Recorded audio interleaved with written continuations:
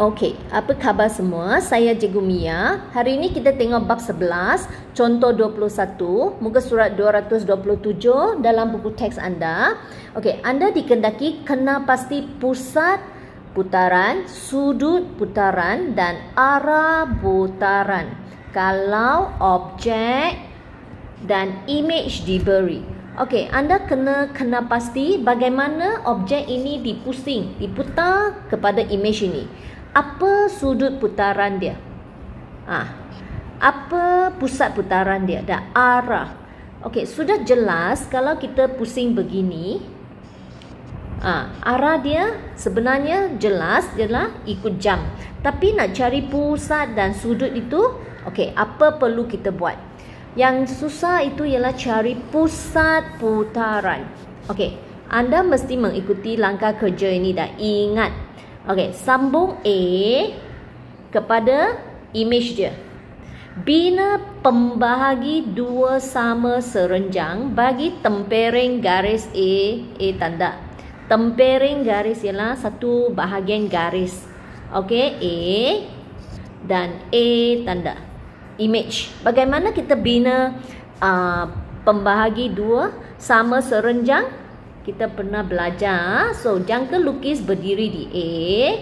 Buat satu lengkok di atas dan satu lengkok di bawah.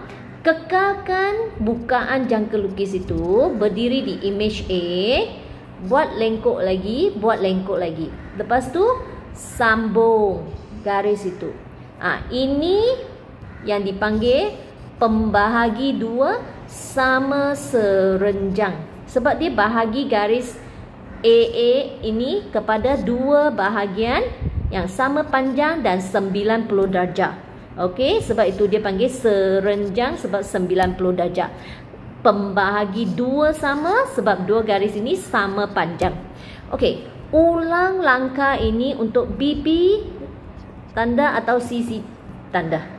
Salah satu cukup sebab kita hanya perlu dua garis. Okey? Buat dua garis kita akan boleh dapat titik persilangan. Okey, tengok dia ulang untuk BP tanda.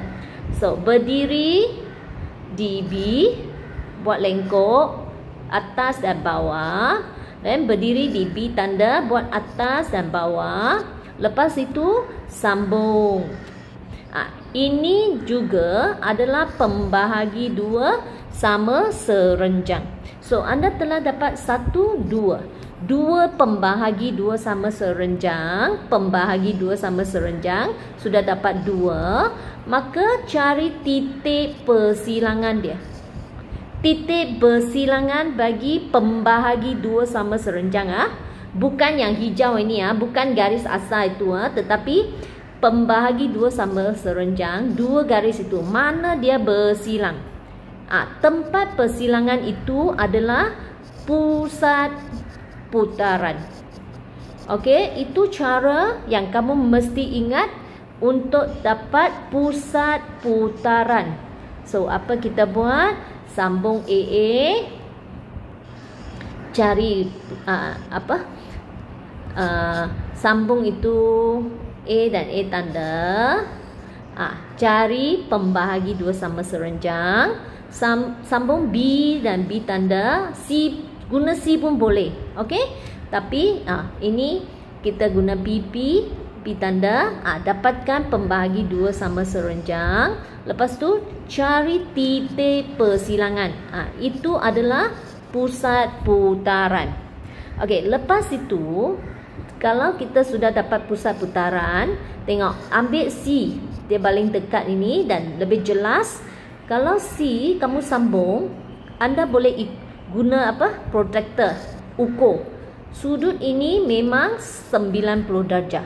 So, kita telah dapat pusat ialah D, sudut 90 darjah dan arah ikut jam. Okey, itu cara kita buat. Alright, itu sangat penting. Semua ini adalah penting sebab ada soalan yang dia suka tanya, dia bagi objek dan dia bagi image. Anda dikendaki cari pusat, sudut dan arah putaran. Okey, yang paling penting Kena bina pembahagi dua sama serenjang. Kena bina dua. Titik persilangan itu ialah pusat putaran. Kalau ada pusat, kita lebih senang tengok berapa sudut dia. Okey? Arah itu senang sebab ini objek, ini image. Kalau pusing begini, ini ikut jam. Okey? So dia adalah arah ikut arah jam. Okey?